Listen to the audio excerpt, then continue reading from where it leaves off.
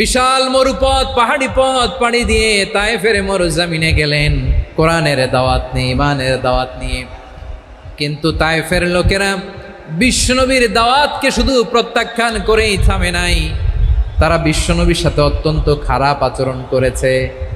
বিশ্বনবীকে শারীরিকভাবে হেনস্থা করেছে, আমার নবীকে শারীরিকভাবে অত্যাচার করেছে, আমার পেয়ারা নবীর গায়ে পাথর মেরেছে, বিশ্বনবীর গা বেয়ে ঝরঝর করে রক্ত ঝরেছে, নবী জামিনের মধ্যে লুটিয়ে পড়েছেন, আবার মেরেছে, আবার নবী হাঁটতে শুরু করলেন, পেছন থেকে আবার মেরেছে, আবার নবী রক্তাক্ত হয়ে জামিনের মধ্যে লুটিয়ে পড়লেন, আবার মেরেছে। বিশ্বনবীর মতো এত সুশ্রী মানব, বিশ্বনবীর মতো এত শুভ্র মানব, বিশ্বনবীর মতো এমন চমৎকার দেহাবয়ব দিয়ে রব্বুল আলামিন কাউকে বানান নাই। এরকম চমৎকার মানুষটাকে তারা তায়েফের ওই জমিনে রক্তাক্ত করেছে। বিশ্বনবী দুনিয়ার কোনো স্বার্থের জন্য সেখানে যান নাই, নিজের কোনো লাভের জন্য, প্রাপ্তির জন্য যান নাই, তায়েফবাসীদের জাহান্নামের আগুন থেকে বাঁচাতে গিয়েছেন। ঠিক কিনা বলেন? খেয়ে না খেয়ে দিন প্রচারের কাজে নিজেকে দিয়েছ বিলিয়ে, তায়েফের কাফিরেরা চিনল না সে আলো, দুষ্ট ছেলেদের পিছু দিল লেলিয়ে, পাথরের আঘাতে ক্ষত বিক্ষত হয়ে সারা শরীর থেকে রক্ত ঝরে। হে রাসূল তোমাকে ভুলি আমি কেমন করে, হে রাসূল তোমাকে ভুলি আমি কেমন করে। পারেন না আপনারা? ধরুন আমার সাথে, হাজার ব্যথা বেদনার পরে ফিরে আসনি তুমি আপন ঘরে, দিনের আলো তুমি ছড়িয়ে দিতে চলে গেলে মদিনায় মক্কা ছেড়ে। হে রাসূল তোমাকে ভুলি আমি কেমন করে, হে রাসূল তোমাকে ভুলি আমি কেমন করে। ঠিক কিনা বলে? প্রিয় ভাইরা, তায়েফের ছেলেরা নবীকে রক্তাক্ত করলো। আমার নবী কই যাবে? কই যাবে? মক্কায় জায়গা নাই, তায়েফে জায়গা নাই। তায়েফ থেকে ভারাক্রান্ত মন নিয়ে আমার নবী মক্কায় ফিরে আসলেন। বিশ্ব নবী মক্কায় ঢুকতে পারেন না। মক্কার মরুভূমির দিকে তাকিয়ে, উপত্যকার দিকে তাকিয়ে বিশ্বনবী ধা ধা করে কাঁদেন, ঝরঝর করে। নবীর চেহারা মোবারক থেকে চোখের পানিগুলো বেয়ে বেয়ে পড়ে। আমার জন্মস্থান, আমার শৈশব, কৈশোর, যৌবন কেটেছে এই মক্কায়, আমার এলাকায় আমি ঢুকতে পারি না। বিশ্বনবী মক্কার অনতি দূরে দাঁড়িয়ে জায়েদকে পাঠালেন, জায়েদ যাও দেখো কেউ আমাকে সাপোর্ট করার মতো আছে কিনা, যাও অমুকের কাছে যাও। জায়েদ গেলেন, তারাও প্রত্যাখ্যান করে ফিরিয়ে দেয়। বিশ্বনবী বললেন যাও অমুক লোকের কাছে যাও, তিনিও প্রত্যাখ্যান করে ফিরিয়ে দিলেন। কেউ বিশ্বনবীকে আশ্রয় দিতে রাজি হয় না। নিজ জন্মভূমিতে বিতাড়িত বিশ্বনবী, সর্বশেষ বিশ্বনবী বললেন যাও মুতঈম ইবনে আদির ঘরে যাও। মুতঈম ইবনে আদি মুশরিক, তার কাছে যাও। গেলেন, মুতঈম ইবনে আদি রাজি হয়ে গেল। সুবহানাল্লাহ বলেন। দেখেন, অনেক বিপদের সময়ও আমি নিজে সাক্ষী, সামাজিকভাবে, রাজনৈতিকভাবে কত ঝঞ্ঝা, কত ষড়যন্ত্র, কত কনস্পাইরেসি পাড়ি দিয়ে আমাদেরকে সামনে এগিয়ে যেতে হয়। এই শত্রুদের ভেতরেও একজনকে দাঁড় করিয়ে দেয় যে আল্লাহর কোরআনের জন্য রেডি হয়ে যায়। পড়েন সুবহানাল্লাহ। মুতঈম ইবনে আদি, আল্লাহ তার মনকে নরম করে দিলেন। মুতঈম বলে, মুহাম্মদ আমি তোমাকে আশ্রয় দিব। তার দুই ছেলেকে পাঠালেন, যাও খোলা তলোয়ার নিয়ে, স্কট দিয়ে, গার্ড অফ অনার দিয়ে মোহাম্মদকে মক্কায় ঢুকাও, আর বলো আমি আমান দেব। আমান কি দিব? আমান মানে সিকিউরিটি, নিরাপত্তা। সিকিউরিটি ছাড়া, আমান দেওয়া ছাড়া কেউ থাকতে পারতো না মক্কায়। দুই ছেলে বিষ্ণু ইসা ইসলামকে নিয়ে আসলো। নবী কাবার চারদিকে তাওয়াফ করলেন, নামাজ পড়লেন। আবু জাহেল, উতবা, শাইবা, ওয়ালিদ ইবনে মুগীরা সবাই দেখে, কেউ কিছু করতে পারে না। কারণ মুতঈম ইবনে আদি ঘোষণা দিয়েছেন আমি মুহাম্মদকে আমান দিয়েছি, মুহাম্মদের গায়ে যেন কেউ স্পর্শ না করে। আওয়াজ করে পড়েন সুবহানাল্লাহ। নবীর এই বিপদকালে মুহূর্তে মুতঈমের হৃদয়টারে নরম করে দিল কে? আচ্ছা লালমনিরহাটের ভাইয়েরা বলেন, এই মুতঈম কি মুসলিম ছিল না মুশরিক? সবাই বলতে হবে মুসলিম না মুশরিক। তাহলে মুশরিকের কাছ থেকে নবী পলিটিক্যাল অ্যাসাইলাম, আধুনিক রাষ্ট্রবিজ্ঞানের ভাষায় পলিটিক্যাল অ্যাসাইলাম, যেটাকে বলে রাজনৈতিক আশ্রয়, ওনার আমান বা নিরাপত্তার এই ঘোষণায় তিনি মক্কায় ঢুকলেন। যতদিন নিরাপত্তা ছিলেন। মোতিম যখন মারা গেল, বিষ্ণু ইসলাম হিজরত করে মদিনায় চলে গেলেন, সুবহানাল্লাহ। কিন্তু মোতিম যে বিশ্বনবীর উপকার করছে এটা বিশ্বনবী ভুলে নাই। আমাদের অনেকে আছে উপকার করার পরে আর খেয়াল থাকে না, খাওয়ার পরে গলা দিয়ে নামলে আর খেয়াল থাকে না, এরকম আছে না নাই? আমার নবী ভুলে নাই। বদরের প্রান্তরে 70 জন কাফেরকে যখন বন্দি করে বিশ্বনবীর সামনে হাঁটু গেড়ে দাঁড় করানো হলো, বসানো হলো, 70 জন কাফের। কয়জন? বিশ্বনবী তাদের দিকে তাকিয়ে বললেন, সহিহ বুখারীর বর্ণনা, লাউ কানাল মুতঈম ইবনে আদি হাইয়ান সুম্মা কাল্লামানি হাউলাই নাতনা লা তারাকতুহুম লাহু। বদরের প্রান্তরে 70 জন বন্দি কাফিরের দিকে তাকিয়ে আমার নবী বললেন, আজকে মুতঈম ইবনে আদি যদি বেঁচে থাকতো আর তোমাদের 70 জনের ব্যাপারে যদি মুতঈম এক বাক্যে একটা সুপারিশ করত, তার সম্মানে আজকে তোদের সবাইকে আমি মাফ করে দিতাম। সুবহানাল্লাহ নাই? ওই যে চিল্লাচিল্লি যে কথা বোঝে নাই, কোন জিনিস মিস করছে ওরা নিজেরাও বোঝে নাই। বিশ্বনবী মুতঈমের এই সাহায্যের কথা বলে নাই। 70 জন মুশরিক হাঁটু গেড়ে বসা, নবী চাইলে এখনই এক্সিকিউশন অর্ডার দিতে পারে। তিনি বললেন, আজকে যদি মুতঈম বেঁচে থাকতো আর মুতঈম যদি তোদের জন্য সুপারিশ করতে, এই আবর্জনাগুলোর ব্যাপারে সুপারিশ করতে, আমি মুহূর্তেই তোদেরকে এমনি মাফ করে দিতাম। ইসলাম আমাদেরকে শিখায়, সূরাতুল আনআমের 108 নম্বর আয়াত থেকে আমরা বুঝলাম, কোনো ধর্মকে ছোট করা যাবে না। অন্য ধর্মকে ছোট করা মানে ইসলামকে ছোট করা। অন্য ধর্মের দেবতাকে গালি দেওয়া মানে আল্লাহকে গালি খাওয়ানো। আওয়াজ করে বলেন ঠিক কি না? খবরদার, এটা করা যাবে না। আর অন্য ধর্মের দেবতাকে যদি আপনি গালি দেন, ওরা ইসলাম থেকে দূরে সরে যাবে। যাও ইসলামের প্রতি আকৃষ্ট হয়েছিল আর কোনোদিন ইসলামের ধারে কাছে আসবে না। আওয়াজ করে বলেন ঠিক কিনা? এজন্য কখনো কোনোদিন অন্য ধর্মের দেবতাদেরকে গালি দেওয়া যাবে না। অন্য ধর্মের কোনো দেবতাদেরকে আমরা গালি দিব না, গালি দিব না, বরং ইসলামের beauty, the beauty of Islam, ইসলামের সৌন্দর্যকে আমরা তুলে ধরব। আমরা যদি বিশ্বনবী সাল্লাল্লাহু আলাইহি ওয়াসাল্লামের জীবনের দিকে তাকাই, তাহলে আমি দেখব বিষ্ণু ইসলাম মক্কাতে কিংবা মদিনাতে অন্য ধর্মের লোকদের সাথে খুব পিসফুলি লাইফ লিড করেছেন। হোক মুশরিক, হোক খ্রিস্টান, হোক ইহুদি, বিশ্বনবী সবার সাথে মিলেমিশে ছিলেন। আলহামদুলিল্লাহ বলেন। ইসলাম হচ্ছে পিসফুল রিলিজিয়ান। অন্য ধর্মের প্রতি সহনশীলতার সবক ইসলাম আমাদেরকে দেয়। কিন্তু প্রতিটি মুসলিমের এটা মনে রাখতে হবে, আল্লাহর কাছে পছন্দনীয় গ্রহণযোগ্য ধর্ম, জীবনাদর্শ একটি, সেটা হচ্ছে ইসলাম। আওয়াজ করে বলেন সেটা কি? লালমনিরহাটের ভাইয়েরা আওয়াজ করে বলুন, আল্লাহর কাছে মনোনীত ধর্ম একটি, সেটা কি? এজন্য রব্বুল আলামিন বলেন, ইন্নাদ-দীনা ইনদাল্লাহিল ইসলাম। আল্লাহর কাছে মনোনীত গ্রহণযোগ্য অ্যাকসেপ্টেড ধর্ম মতাদর্শ একটা, সেটা হলো ইসলাম। ইসলাম ছাড়া অন্য কোনো ধর্ম যদি কেউ তালাশ করে, তার ওই ধর্ম আল্লাহ গ্রহণ করবে না। ওমাই ইয়াবতাগি গায়রাল ইসলামি দীনান ফালাই ইউকবালা মিন ওয়া হুয়া ফিল আখিরাতি মিনাল খাসিরিন।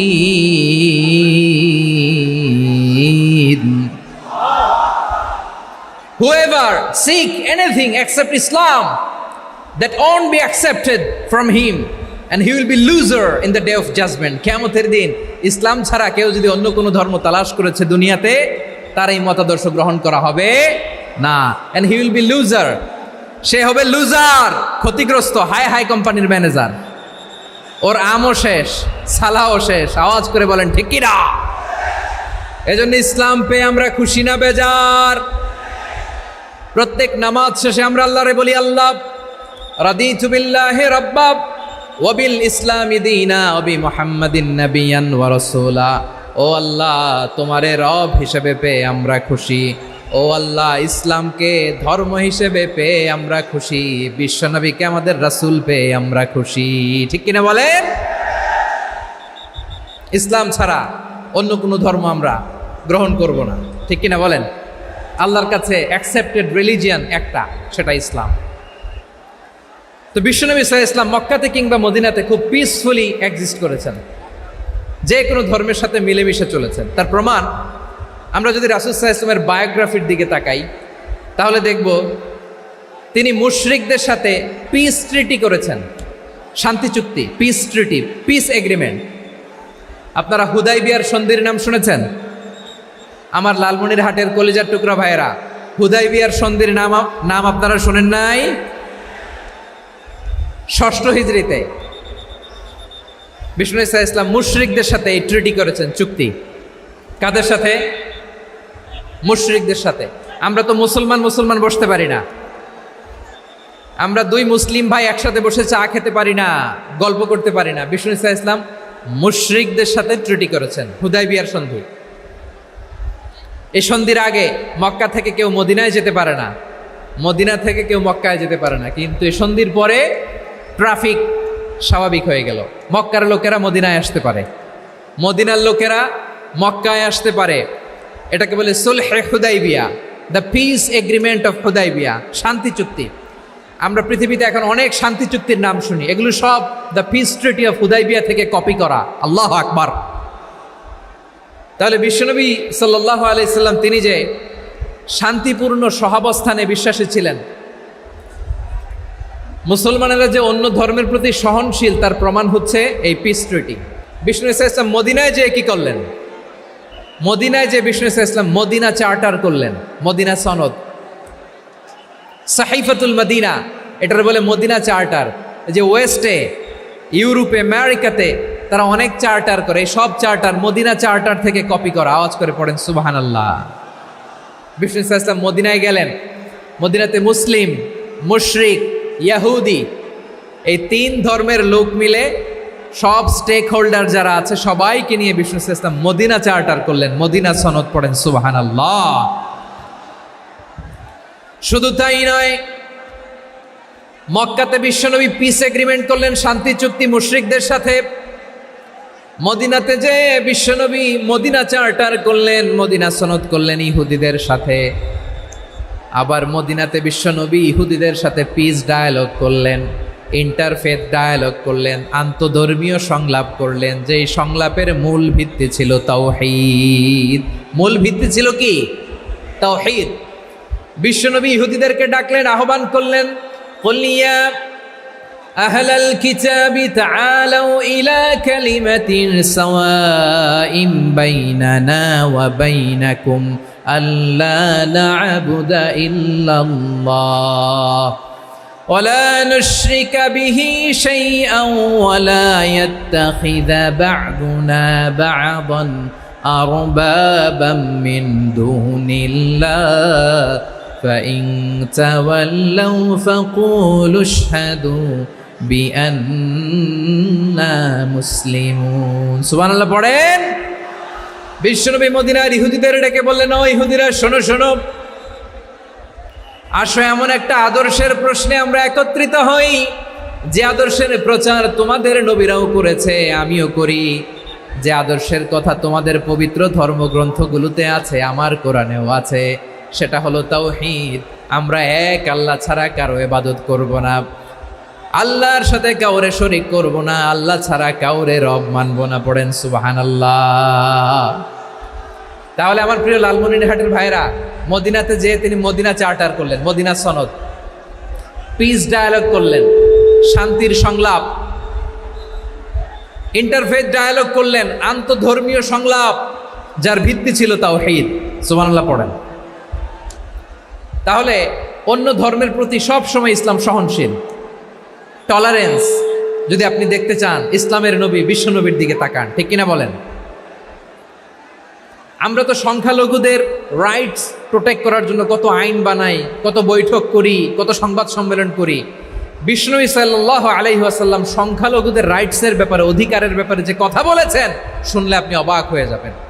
বিশ্বনবী বলেন, আলা মান যালামা মুআহাদান আও ইনতাকাসাহু আও কাল্লাফাহু ফাওকা তাআতিহি আও কাল্লাফাহু ফাওকা তাকাতিহি আও আখাযা মিনহু শাইআন বিগাইরি তিবি নাফসিন ওয়া আনা হাজিজুহু ইয়াউমাল কিয়ামা। খবরদার, জেনে রাখো, কেউ যদি কোনো সংখ্যালঘুর উপরে অত্যাচার করে, কোনো সংখ্যালঘুর প্রাপ্য থেকে যদি কেউ কাউকে ঠকায়, সংখ্যালঘুর উপর যদি কেউ কষ্ট দেয়, কোনো সংখ্যালঘুর সম্পদ যদি কেউ জোর করে কেড়ে নেয়, আমি কিয়ামতের দিন বিশ্বনবী ওই সংখ্যালঘুর পক্ষে আর ওই মুসলমানদের বিপক্ষে বাদী হয়ে দাঁড়াবো।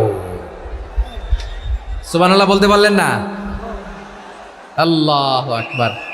আপনি নামাজি, আপনি মুসল্লি, আপনি হাজী সাহেব, তাহাজ্জুদ পড়তে পড়তে কপালে দাগ ফেলে দিছেন, আপনার প্রতিবেশী হিন্দু, ভাবছেন আমার তো পাওয়ার আছে, ওর জমিটা দখল করি। বিশ্বনবী বলেন কিয়ামতের দিন ওই হিন্দুর পক্ষে তোর বিরুদ্ধে আমি বাদী হয়ে দাঁড়াবো।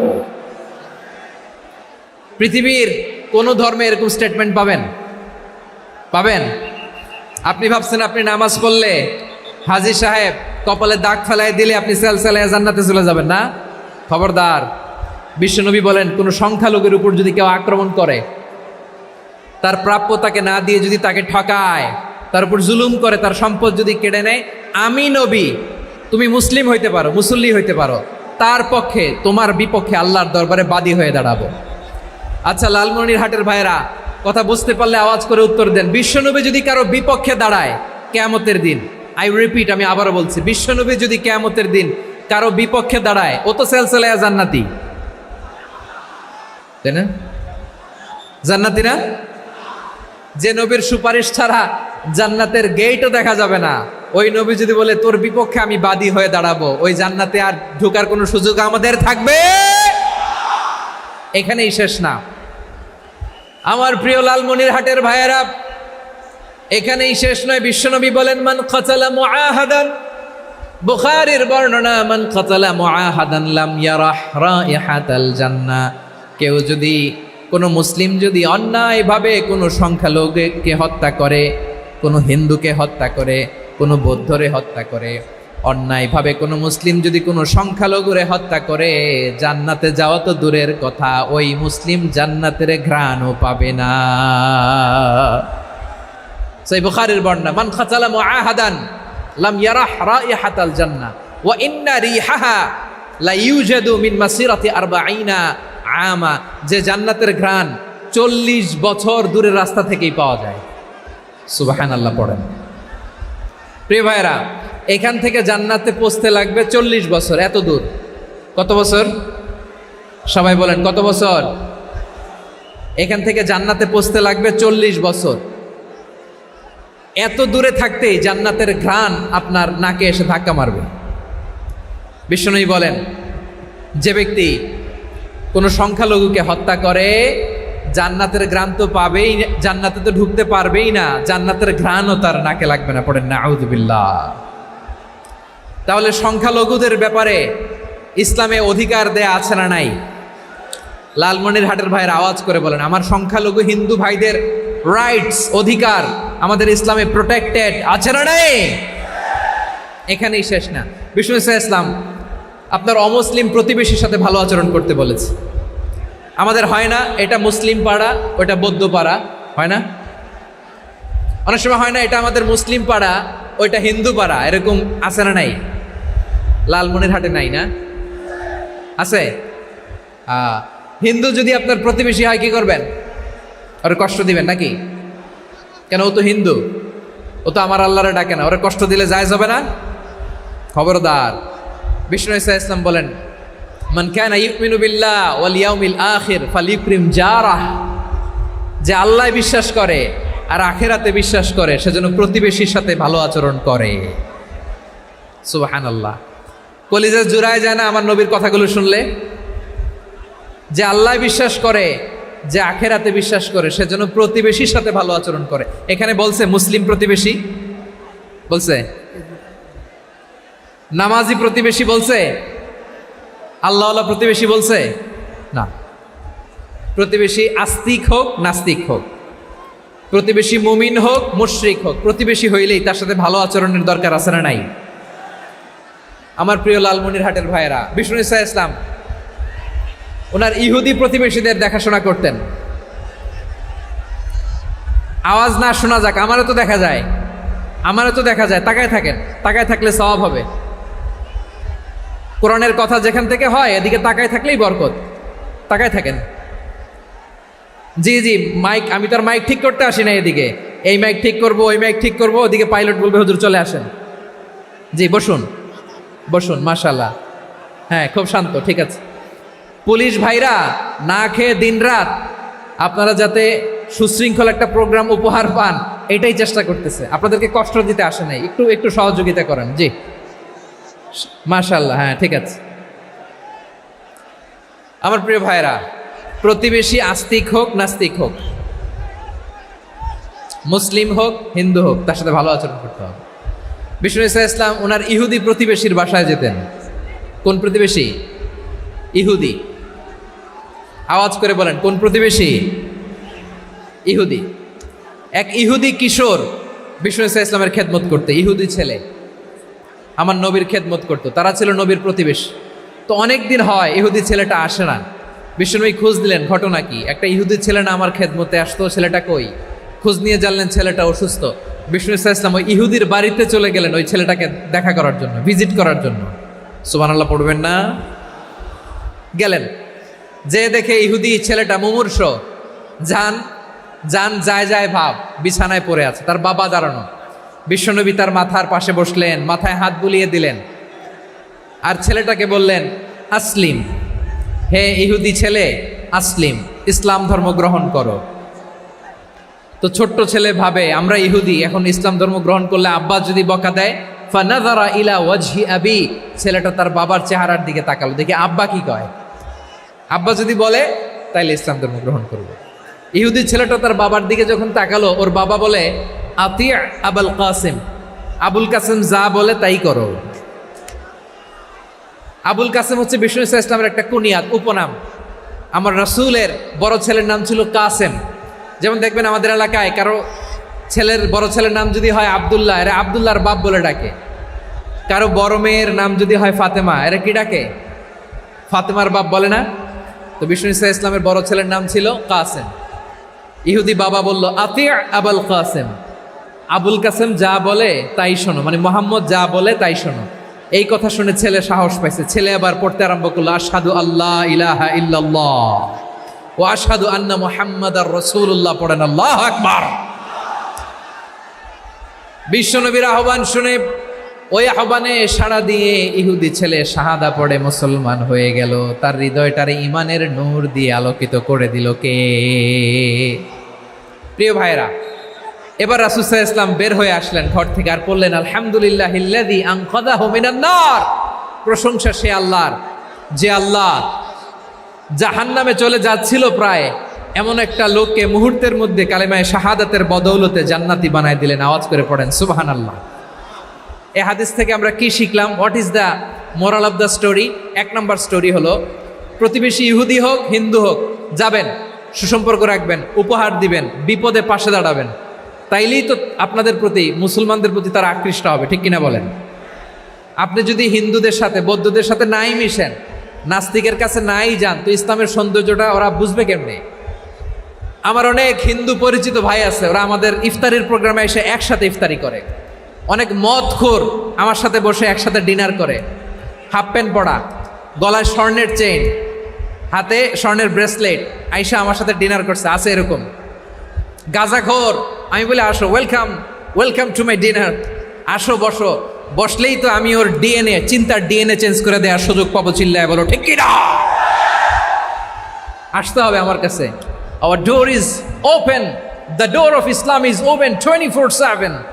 সব সময় আমাদের ইসলামের দরজা আমার অমুসলিম ভাইদের জন্য খোলা আছে না নাই?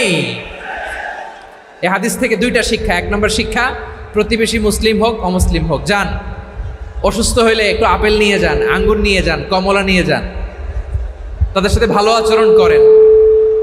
ইসলামের বিউটি দেখে, সৌন্দর্য দেখে অবাক হবে, নসিব ভালো হলে কোনোদিন কালিমা পড়ে মুসলমান হয়ে যাবে, ঠিক কিনা বলেন? তাহলে অমুসলিমের সাথে ভালো সম্পর্ক। বিশ্বনবী ইহুদির বাড়িতে গেলেন, ইহুদির বাড়ি, আর আমার মুসলমান ভাই আমার কাফের বলে, এরকম আছে না নাই? হ্যাঁ, মুসলিমরা দেখতে পারে না, সহ্য করতে পারে। বিষ্ণু ইসলাম ইহুদির বাড়িতে গেলেন, এটা একটা শিক্ষা। আরেকটা শিক্ষা হলো, ভাইয়েরা ধাক্কা মারে এসে সামনে এসে কি লাভ? প্রোগ্রাম তো শেষ হচ্ছে, এখনই শেষ হচ্ছে, তো এই যে আমাদের বক্সি ভাই ওয়াদা নিল, হাত তোলালো, মিম বলে এত কথা বলল, তো আমি জেলায় জেলায় যে খালি হাত নাড়াই তোমাদের জন্য নাকি? হ্যাঁ, হাত নাড়াই শুধু, এই ধাক্কাইতে ধাক্কাইতে এদিকে এসে হাত নাড়াইতেছে। হয়েছে তো, দেখলাম তো, ঠিক আছে, মাশাআল্লাহ, অনেক সুশৃঙ্খল, অন্যান্য যে কোনো জেলার চেয়ে অনেক সুশৃঙ্খল। আমার দিকে তাকাও, আমার দিকে তাকাও, ঠিক আছে। এই যে দাঁড়িয়ে আছে, একটা ছেলে নড়ে না, দেখছেন? মাশাআল্লাহ, মাশাআল্লাহ, মাশাআল্লাহ। হ্যাঁ, এইভাবেই। আর কয়েকটা মজাদার কথা আছে, শোনো। এই হাদিস থেকে আমাদের শিক্ষা হলো, আমার প্রতিবেশী যেই ধর্মের হোক আমি সম্পর্ক রাখবো। অসুস্থ হলে যাব, কি বলেন ভাইরা? যাবেন না? যাবেন না আপনারা? আচ্ছা, 2 নম্বর শিক্ষা হলো, বিষ্ণু ইসা ইসলামের খাদেম ছিল ইহুদি, এতদিন খেদমত করলো, একদিনও বিশ্বনবী ওরা কালিমার দাওয়াত দেয় নাই। কারণ কি? বিশ্বনবী একটা ভালো সময়ের অপেক্ষা করতেছিলেন, প্রপার টাইমিং। দায়ীর কাজ হচ্ছে দাঈ ইলাল্লাহ, সে হচ্ছে সুযোগ সন্ধানী। দায়ী সুযোগ খোঁজে, কখন দাওয়া দিলে ব্যাটে বলে হবে, ঝোপ বোঝে কোপ মারে, ঠিক কিনা বলেন? বিষ্ণু ইসলাম ভালো সময়ের অপেক্ষা করতেছিলেন, দেখি ভালো সময় আসুক আসুক আসুক আসুক। আস্তে আস্তে এমন সময় আসছে, ছেলে এবার মুমূর্ষ। অসুস্থ ব্যক্তির হৃদয় অত্যন্ত নরম থাকে। হসপিটালে যখন কেউ যায় তার হৃদয়টা বড্ড নরম থাকে, মৃত্যুর ভয়ে তার অন্তরটা নরম থাকে, ঠিক কিনা বলেন? এই প্রপার টাইমিং এর অপেক্ষা করতেছিলেন। যখনই টাইমিং পেয়েছেন, দাওয়াত দিলেন, পড়ো লা ইলাহা ইল্লাল্লাহ, সুবহানাল্লাহ পড়েন সবাই। তাহলে ইসলাম অমুসলিম প্রতিবেশীর সাথে ভালো আচরণ করতে বলে। ইসলাম অমুসলিম মাতা পিতার সাথেও ভালো আচরণ করতে বলে। মাতা পিতা যদি অমুসলিম হয়, তারা ফেলে দিতে পারবেন? পারবেন? আমার লালমনিরহাটের ভাইয়েরা, অনেক হিন্দু ছেলে আমাদের হাতে শাহাদা পড়ে মুসলিম হয়, কিন্তু ওর মা মুসলমান হয় নাই, বাবাও হয় নাই, এরকম আছে না নাই? তো ও হয়েছে মুসলিম, মা বাপ হিন্দু, এখন মা বাপ কি বাদ? হ্যাঁ, মা বাপ বাদ দেয়া যাবে? যেই মা আপনারে 9 মাস 8 মাস পেটে ধারণ করলো, আপনার মায়ের নার ছেঁড়া ধন, আপনি ওই মারে বাদ দিতে পারবেন? যেই মায়ের বুকের তাজা দুধ খেয়ে আপনি আজকে বাড়ন্ত তাজা তরতাজা, ওই মারে বাদ দেয়া যাবে? মায়ের এক ধারে দুধের দাম, কাটিয়া গায়ের চাম, পাপোশ বানাইলে ঋণের শোধ হবে না, এমন দরদি ভাবে কেউ হবে না আমার মাহা গো। মায়ের এক ধারে দুধের দাম, কাটিয়া গায়ের চাম, পাপোশ বানাইলে ঋণের শোধ হবে না, এমন দরদি ভাবে কেউ হবে না আমার মাহা গো, ঠিক কিনা? মাকে তো বাদ দেওয়া যায় না। وَقَضَى رَبُّكَ أَلَّا تَعْبُدُوا إِلَّا إِيَّاهُ وَبِالْوَالِدَيْنِ إِحْسَانًا।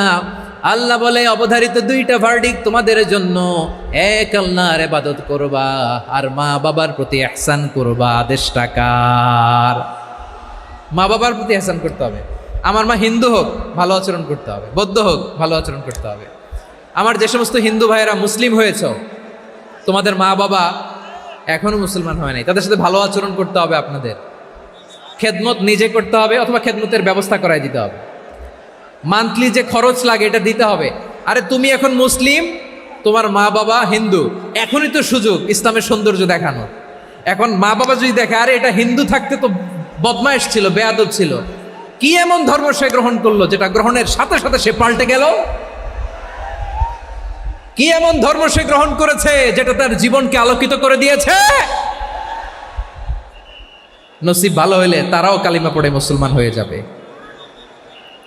বিষ্ণু ইসা ইসলামের স্ত্রীর নাম ছিল আয়েশা রাদিয়াল্লাহু তাআলা আনহা, আবু বকর রাদিয়াল্লাহু তাআলা আনহুর মেয়ে। আবু বকর রাদিয়াল্লাহু তাআলা আনহুর আরেক মেয়ের নাম হচ্ছে আসমা। কি নাম? দুজনই আবু বকর রাদিয়াল্লাহু তাআলা আনহুর মেয়ে, আসমা আর আয়েশা। নাম দুইটা কেমন লাগে? আসমা নামটা কেমন লাগে? আয়েশা নামটা কেমন লাগে? সবার ভালো লাগে নাই? নাম দুটো আপনাদের ভালো লাগে? লালমনিরহাটে অনাগত যদি কন্যা সন্তান হয়, যদি মনে চায় আসমা রেখে দিতে পারবেন। যদি মনে চায় আয়েশা রেখে দিয়েন। দেশে বিদেশে এয়ারপোর্টে রাস্তাঘাটে শুধু বলে হুজুর একটা নাম দেন, আমার ছেলের একটা নাম দেন, মেয়ের একটা নাম দেন। তো আমার মনে আছে যশোরের আদ্দিনের মাহফিলে আমি একটা দুইটা নাম দিয়েছিলাম।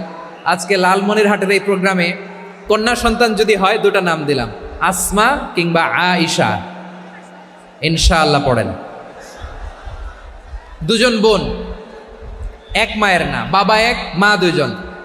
আয়েশা রাদিয়াল্লাহু তাআলা আনহার মায়ের নাম উম্মে রুমান, আর আসমা রাদিয়াল্লাহু তাআলা আনহার মায়ের নাম কুতাইলা বিনতে আব্দুল উজ্জা। আবু বকর রাদিয়াল্লাহু তাআলা আনহু 4টা বিয়ে করেছিলেন। তো একই ঘটনা ঘটেছে এই ফ্যামিলিতে। আসমা ইসলাম ধর্ম গ্রহণ করে মুসলিমা, কিন্তু তার মা কুতাইলা মুশরিকা। আই রিপিট, বোঝার জন্য আমি আবারও বলি, আসমা রাদিয়াল্লাহু তাআলা আনহা মুসলিমা, আর আসমার মা কুতাইলা, আওয়াজ করে বুঝে থাকলে বলেন, আসমার মা মুশরিকা। তার মানে মেয়ে মুসলিম, মা অমুসলিম, ভেজাল আছে না নাই? কিন্তু কুতাইলা আর ধৈর্য ধারণ করতে পারে না। নার ছেড়া ধন, কলিজার টুকরা ধন, কলিজার টুকরা সন্তান আসমারে দেখতে বড্ড মন চায়।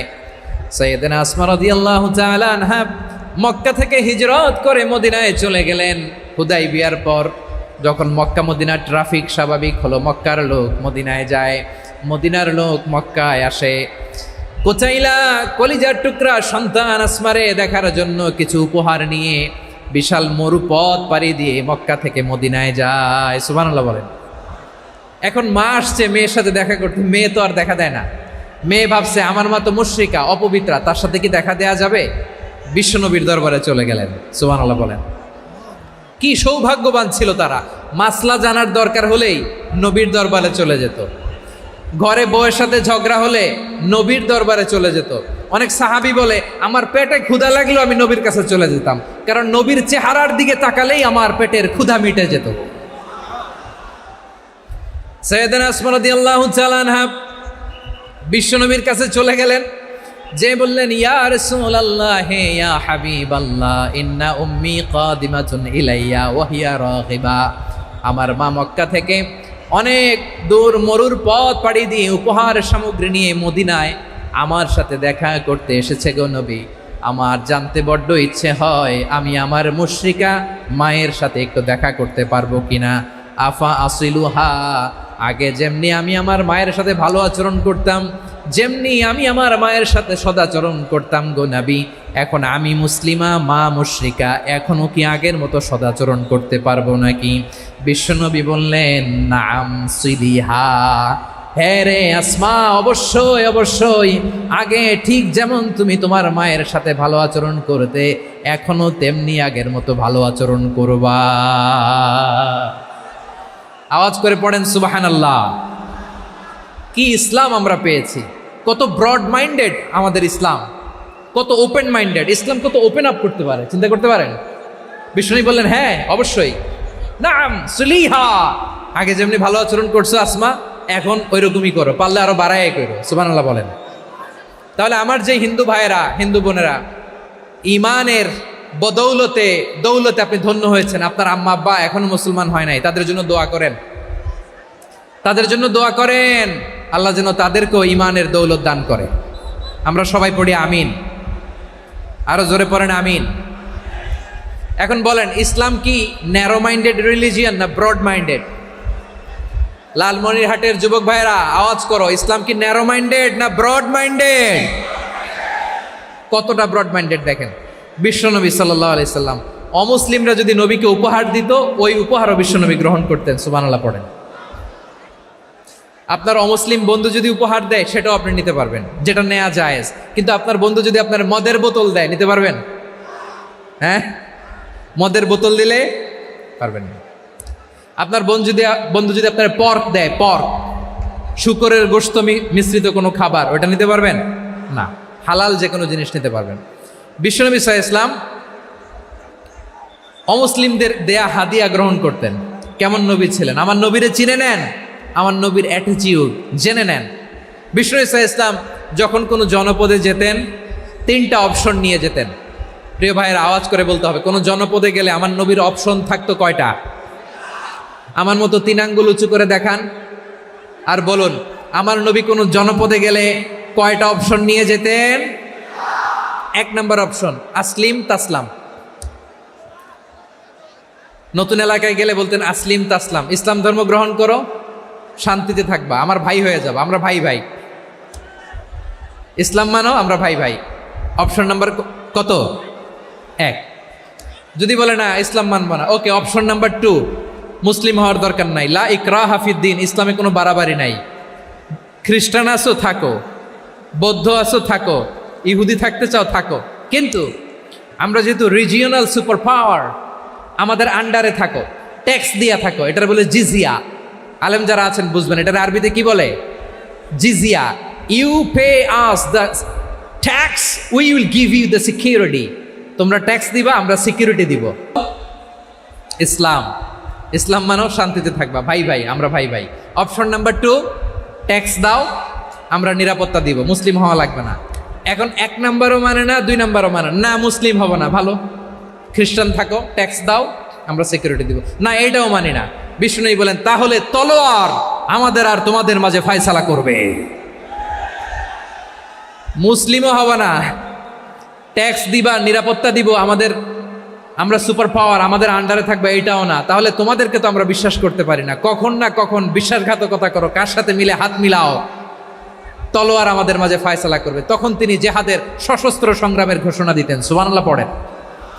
দেখেন পশ্চিমারা জেহাদকে এইভাবে চিত্রায়িত করে না, ওরা জেহাদ বলতে বোঝায় তলোয়ার, হাত কাটো, গলা কাটো না। জেহাদ সশস্ত্র সংগ্রাম 3 নম্বরে। অধিকাংশ ক্ষেত্রেই বিশ্বনবীর সুন্দর আচরণ দেখে, আরে আমার নবীর যে নুরানি চেহারা, অনেকে তো কেবল সিরেফ চেহারাটা দেখেই কালিমা পড়ে মুসলমান হয়ে গিয়েছে।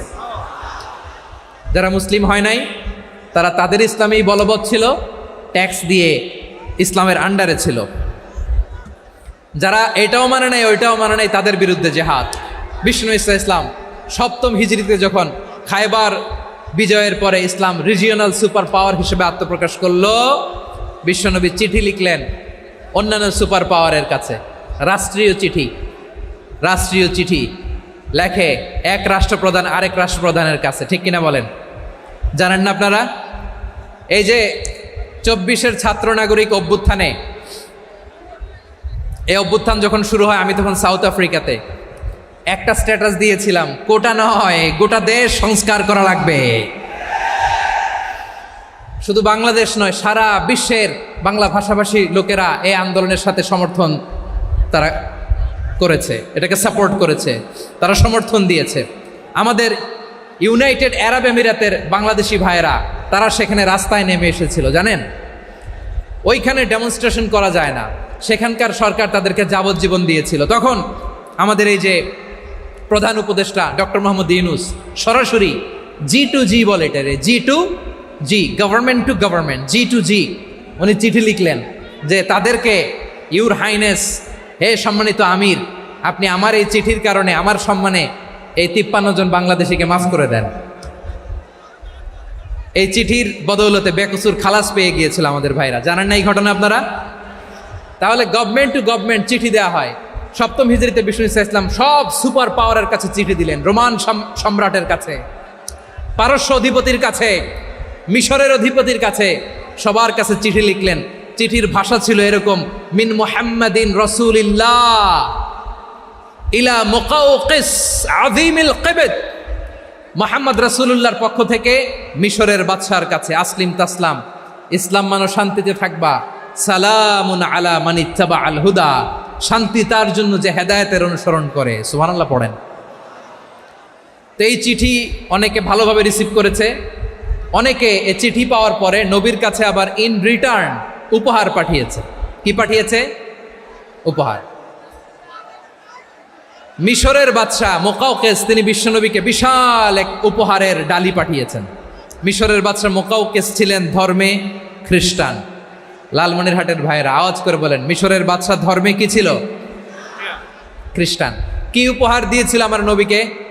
শুনতে মনে চায়? আওয়াজ নাই লালমনিরহাটের গলায়,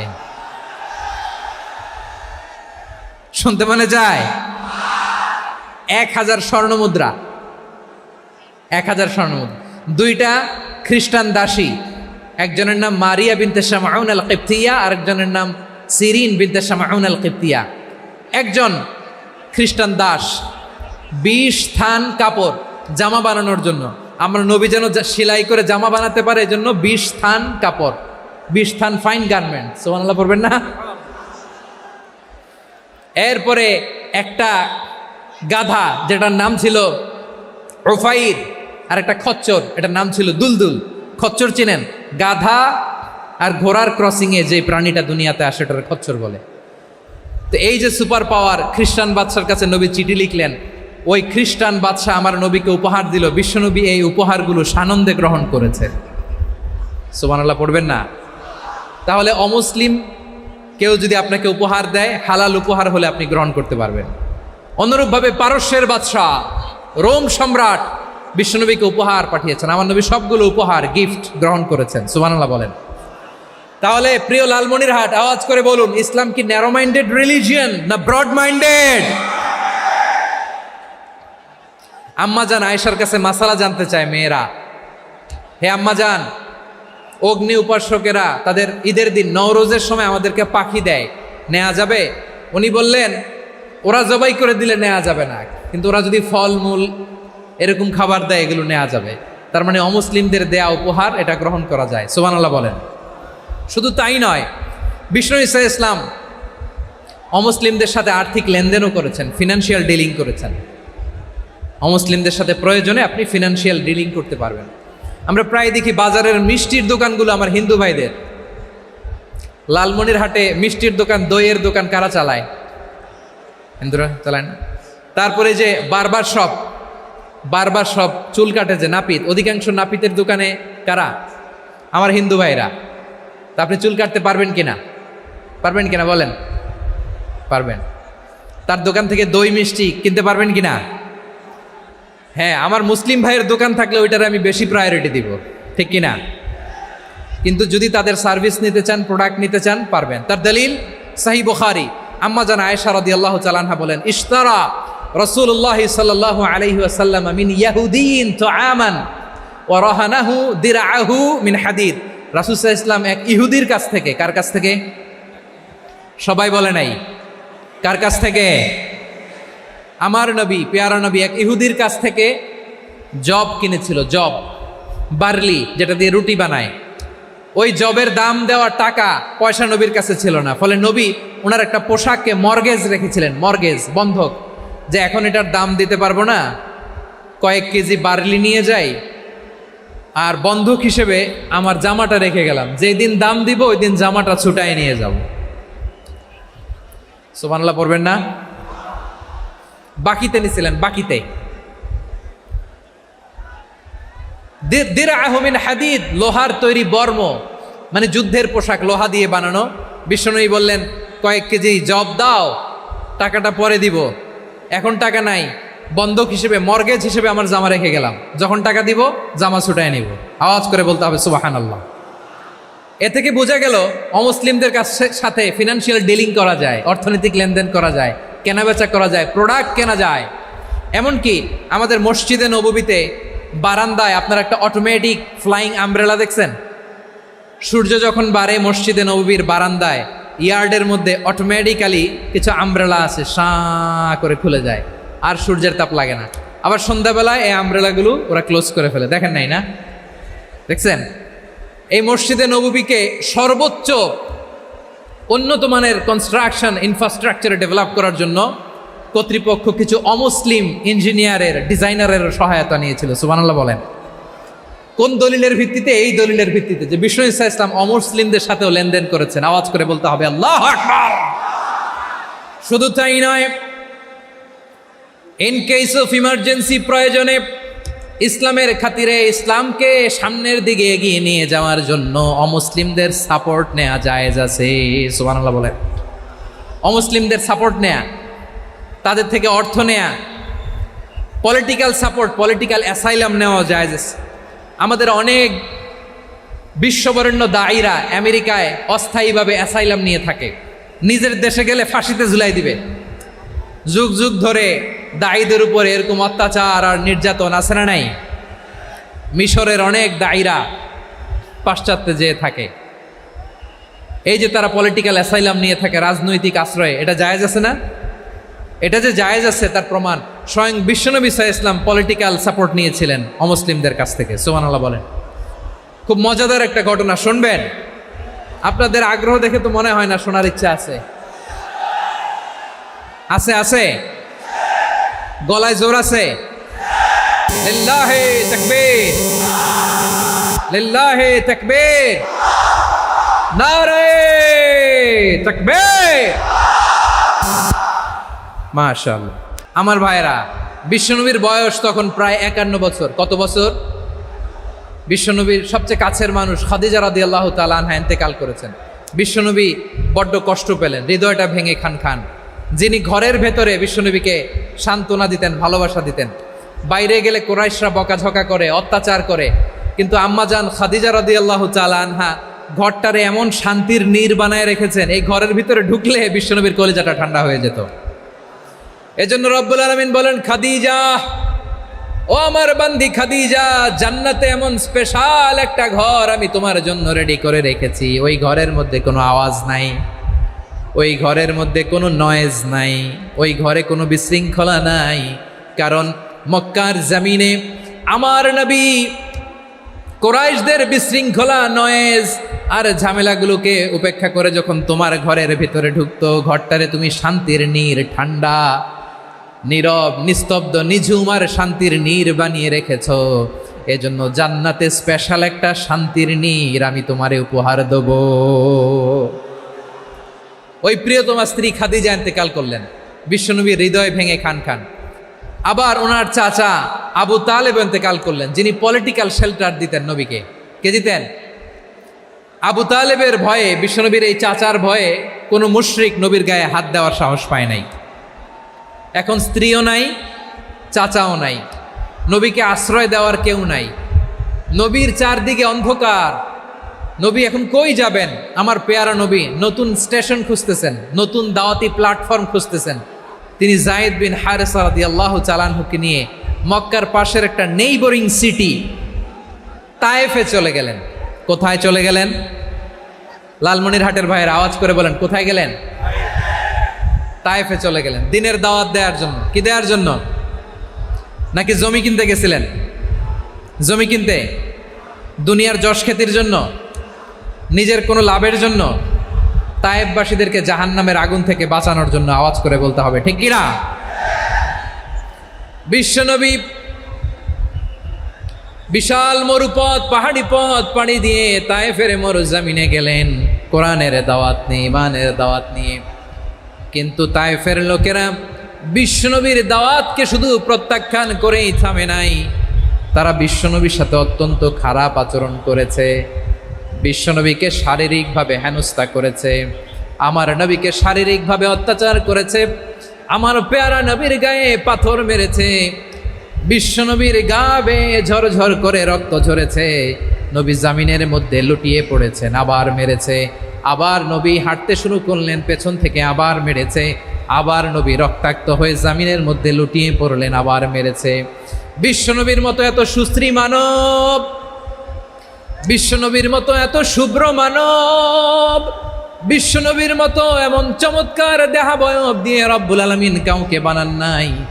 এরকম চমৎকার মানুষটাকে তারা তায়েফের ওই জমিনে রক্তাক্ত করেছে। বিশ্বনবী দুনিয়ার কোনো স্বার্থের জন্য সেখানে যান নাই, নিজের কোনো লাভের জন্য, প্রাপ্তির জন্য যান নাই, তায়েফবাসীদের জাহান্নামের আগুন থেকে বাঁচাতে গিয়েছেন। ঠিক কিনা বলেন?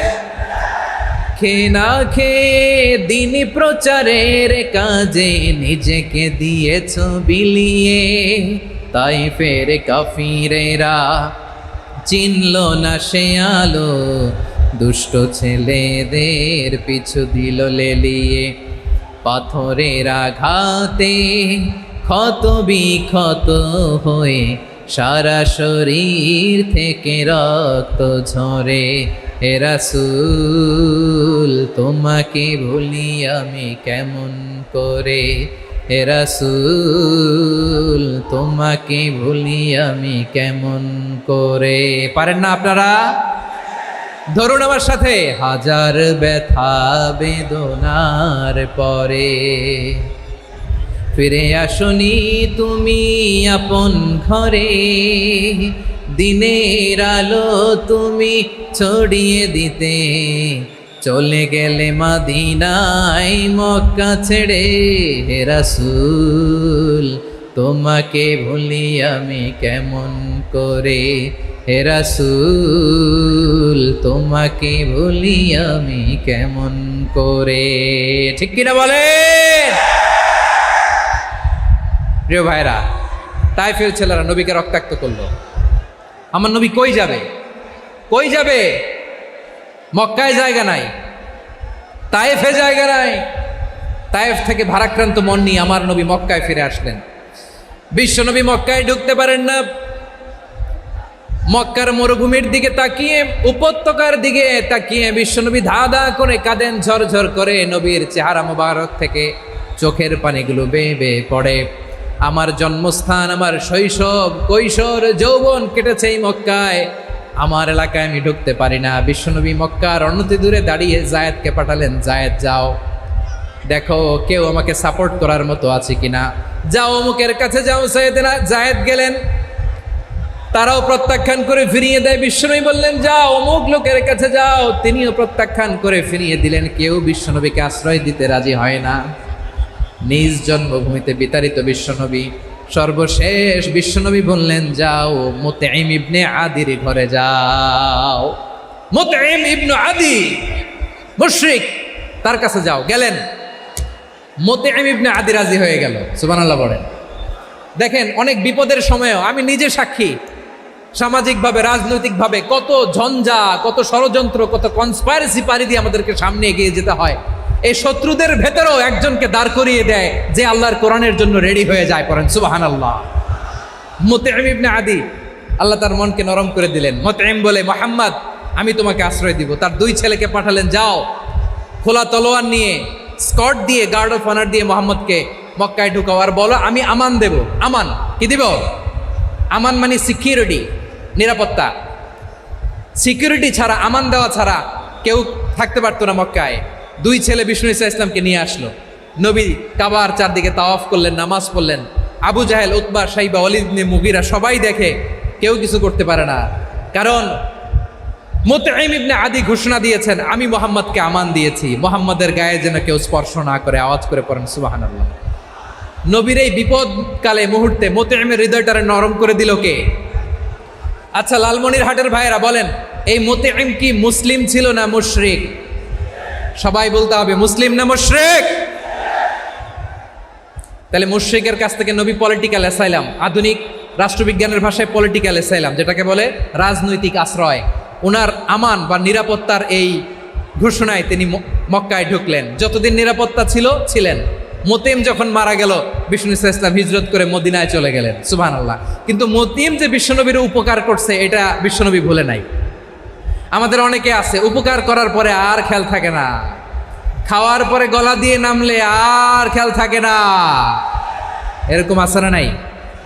আমার নবী ভুলে নাই। বদরের প্রান্তরে 70 জন কাফেরকে যখন বন্দি করে বিশ্বনবীর সামনে হাঁটু গেড়ে দাঁড় করানো হলো, বসানো হলো, 70 জন কাফের। কয়জন? বিশ্বনবী তাদের দিকে তাকিয়ে বললেন, সহিহ বুখারীর বর্ণনা, লাউ কানাল মুতঈম ইবনে আদি হাইয়ান সুম্মা কাল্লামানি হাউলাইন নাতনা লা তারাকতুহুম লাহু।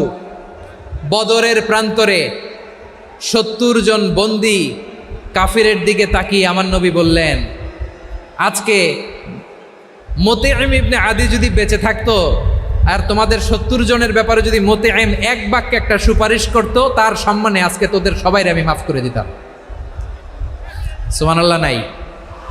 ওই যে চিল্লাচিল্লি যে কথা বোঝে নাই, কোন জিনিস মিস করছে ওরা নিজেরাও বোঝে নাই। বিশ্বনবী মুতঈমের এই সাহায্যের কথা বলে নাই। 70 জন মুশরিক হাঁটু গেড়ে বসা, নবী চাইলে এখনই এক্সিকিউশন অর্ডার দিতে পারে। তিনি বললেন, আজকে যদি মুতঈম বেঁচে থাকতো আর মুতঈম যদি তোদের জন্য সুপারিশ করতে, এই আবর্জনাগুলোর ব্যাপারে সুপারিশ করতে, আমি মুহূর্তেই তোদেরকে এমনি মাফ করে দিতাম। এবার বলেন, ইসলাম কি ন্যারো মাইন্ডেড না ব্রড মাইন্ডেড? শুধু তাই নয়, যাকে যে সম্মান দেয়ার আমার নবী দিতেন, হোক আস্তিক হোক নাস্তিক, হোক মুসলিম হোক অমুসলিম। বিষ্ণু ইসলাম যখন রোমান সম্রাটের কাছে চিঠি লিখেছেন, আমার প্রিয় লালমনিরহাটের ভাইরা, অল্প কয়েক মিনিট কয়েকটা জরুরি কথা বলবো, এদিকে তাকান, এদিকে তাকান। রোমান সম্রাটের কাছে বিশ্বনবী যখন চিঠি লিখলেন মিন মুহাম্মদ রাসূলিল্লাহ ইলা হিরাকলা আযীমির রোম, মুহাম্মদের পক্ষ থেকে হিরাক্লিয়াসের কাছে, যিনি হচ্ছেন আযীমির রোম। এটা নবী নিজ থেকে বানায় লিখছেন অতিরিক্ত সম্মান দিয়ে। কোন রাষ্ট্রপ্রধান যখন আসে তাদেরকে আমরা কি বলি জানেন? তার নামের শেষে HE এটা লিখতে হয়, H.E. মানে হিজ এক্সেলেন্সি। কি লেখে? হিজ এক্সেলেন্টি, অথবা ইউর হাইনেস, ইউর ম্যাজেস্টি। দেখেন, বিশ্বনবী সাল্লাল্লাহু আলাইহি ওয়াসাল্লাম সব নবীদেরও নবী, তিনি একজন মুশরিক খ্রিস্টান সম্রাট রোমান সম্রাটের কাছে চিঠি লিখতে যেয়ে লিখতেছে, ইলা হিরাকলা আযীমির রোম, হিরাক্লিয়াসের কাছে আমার চিঠি, যিনি রোমের আযীম, হিজ হাইনেস, মানে রোমের অনেক সম্মানিত এক বাহাদুর। আওয়াজ করে বলেন সুবহানাল্লাহ। তার মানে যাকে যে সম্মান দেয়ার এটা বিশ্বনবী দিতেন। এমনকি যেই ইহুদিরা ভালো ছিল, এই ইহুদিদেরও প্রশংসা করেছেন বিশ্বনবী মুহাম্মদুর রাসূলুল্লাহ সাল্লাল্লাহু আলাইহি ওয়াসাল্লাম। এক ইহুদির প্রশংসা করেছেন বিশ্বনবী। ইহুদির কার? আমি তো আমার ভাইয়ের প্রশংসা করি না, আমি তো এক আলেম আরেক আলেমরে স্পেস দেই না, আমি তো এক দায়ী আরেক দায়ীর সাথে বসতে চাই না। আমার নবী ইহুদির প্রশংসা করে। কার প্রশংসা? ওই ইহুদির নাম ছিল মুখাইরেক।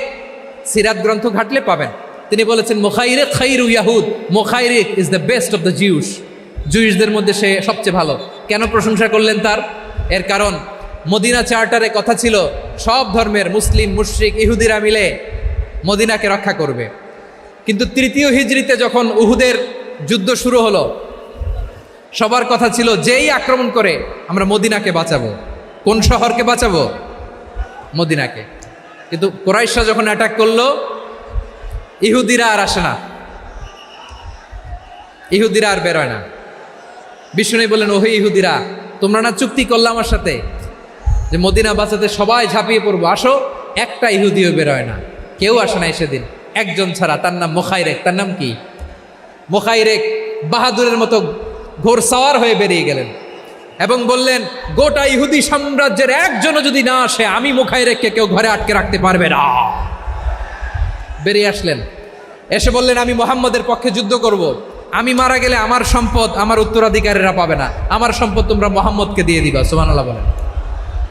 উহুদের ময়দানে 70 জন মুসলমান শহীদ হলো। এই ইহুদি, সেও মুসলমানের পক্ষে যুদ্ধ করে নিহত হলো। সুবহানাল্লাহ বলেন। মুসলিমদের লাশ যখন নিয়ে আসা হলো, এই মুখাইরিকের লাশও নিয়ে আসা হলো। মুসলিমদের লাশের পাশে মুখাইরিকের লাশ দেখে বিশ্বনবী মুখাইরিকের প্রতি অনেক খুশি হলেন। আর বিশ্বনবী খুশি হয়ে বললেন, মুখাইরিক খায়রু ইয়াহুদ, মুখাইরিক যদিও তুমি ইহুদি, তারপরেও তুমি সব ইহুদিদের মধ্যে সেরা ইহুদি। পড়েন সুবহানাল্লাহ। আমার নবী ইহুদিকেও সম্মান দিতে কার্পণ্য করে নাই। আওয়াজ করে বলেন আল্লাহু আকবার। প্রিয় ভাইরা, এবার সর্বশেষ আওয়াজ করে বলেন, ইসলাম কি ন্যারো মাইন্ডেড নাকি ব্রড মাইন্ডেড? সবাই বলেন, ন্যারো মাইন্ডেড না ব্রড মাইন্ডেড? এজন্য অমুসলিম হইলেই তারা আমাদের শত্রু নয়। শত্রু কারা? এই লালমনিরহাটের ভাইয়েরা শোনেন, শত্রু কারা? যে সমস্ত অমুসলিম আমাদেরকে নিশ্চিহ্ন করে দিতে চায়, যে সমস্ত অমুসলিম আমাদের ভূখণ্ড থেকে আমাদেরকে তাড়িয়ে দিতে চায়, যে সমস্ত অমুসলিম আমার ধর্ম নিয়ে তুচ্ছতাচ্ছিল্য করে চিল্লায় বলেন ঠিক কিনা, তারা আমাদের শত্রু। সাধারণ অমুসলিমরা আমার শত্রু নয়। এই যে হিন্দুরা থাকে, এরা আমার ভাই, বৌদ্ধরা আমার ভাই, খ্রিস্টানরা আমার ভাই, ইহুদিরা আমার ভাই। তারা দিনই ভাই নয়, তারা মায়ের পেটের ভাই নয়, তারা মানবিক দিক থেকে ভাই। ও মানুষ, আমিও মানুষ। ইসলাম মানুষকে সম্মান করে, চিল্লায় বলো ঠিক কিনা। যারা আমাদের অস্তিত্বকে নিশ্চিহ্ন করতে চায়, যারা আমাদের ভূখণ্ডকে দখল করতে চায়, যারা আমাদেরকে নিয়ে মকারি করে, ফান করে, টিটকারি করে, আমার ধর্ম নিয়ে খেলা করে, তাচ্ছিল্য করে, ওদের বিরুদ্ধে আমাদের জিহাদ। সাধারণ মুসলিম আমাদের শত্রু নয়। আপনি জানেন নিউ ইয়র্কে, আমি তো নিউ ইয়র্কে ছিলাম অনেক দিন, ওখানে ফিলিস্তিনিদের পক্ষে যখন আমরা মিছিল করেছি অনেক ইহুদি আমাদের সাথে মিছিলে দাঁড়িয়েছে, কারণ ওরাও জানে এই ভূখণ্ড ফিলিস্তিনিদের ভূখণ্ড। আওয়াজ করে বলো লালমনিরহাট ঠিক কি না? ইসরায়েলের রাজধানী খোদ তেল আবিবে অনেক ইহুদিরা বেঞ্জামিন নেতানিয়াহু তার বিরুদ্ধে মিছিল করেছে। তো তারা কি আমাদের শত্রু? না। অনেক খ্রিস্টান আমাদের সাথে আমাদের স্বার্থ রক্ষায় আমাদের পাশে দাঁড়িয়েছে। খেয়াল রাখবেন, হিন্দু আর হিন্দুত্ববাদ এক নয়, ইহুদি ধর্ম আর জায়নিজম এক নয়। জায়নিজমের বিরুদ্ধে আমাদের সংগ্রাম, আমাদের জেহাদ, চিল্লায় বলেন ঠিক কিনা? এই যে ফিলিস্তিনের ভাইয়েরা, তারা তাদের স্বাধীনতা সংগ্রামের জন্য লড়াই করছে, করে যাচ্ছে, আমরা এটাকে সমর্থন জানাই, চিল্লায় বলো ঠিক কিনা? কাশ্মীরের ভাইয়েরা স্বাধীনতার জন্য সংগ্রাম করছে, আমরা সেই সংগ্রামকে সমর্থন জানাই, আওয়াজ করে বলো ঠিক কিনা? যারাই আমাদের ইসলামকে নিশ্চিহ্ন করতে চায় তাদের বিরুদ্ধে আমাদের সংগ্রাম, আওয়াজ করে বলতে হবে ঠিক কিনা? ওই সমস্ত দুর্বৃত্তদের সাথে আমাদের কোনো সম্পর্ক নাই। আমরা যদি ঐক্যবদ্ধ থাকতে পারি, ওই দুর্বৃত্তরা চান্স পাবে না। আমরা ঐক্যবদ্ধ থাকতে রাজি আছি। লালমনিরহাটের ভাইয়েরা, আমরা ঐক্যবদ্ধ থাকলে ওই দুর্বৃত্তদের কালো হাত ভেঙে দিতে আমাদের সময় লাগবে না। তাদের কালো হাত ভেঙে দিতে রাজি আছে মুসলমান? কারা কারা রাজি? দু হাত তুলে দেখাও।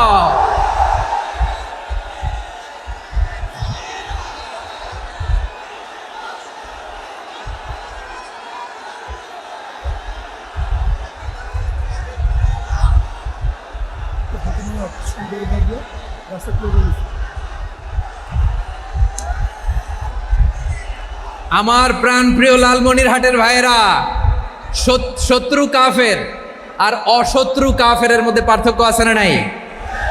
আবু তালেবও মুশরিক, আবু জাহেলও মুশরিক, কিন্তু দুই মুশরিকে পার্থক্য আছে না নাই? আবু তালেব নবীর চাচা, মুশরিক, মারা গিয়েছে মুশরিক অবস্থায়, কিন্তু আজীবন আমার নবীকে আগলে রেখেছে, আমার নবীকে সাপোর্ট করেছে, ভালোবেসেছে। আবু জাহেলও মুশরিক, মারা গিয়েছেও মুশরিক হিসেবে, আজীবন আমার নবীর বিরুদ্ধাচারণ করেছে।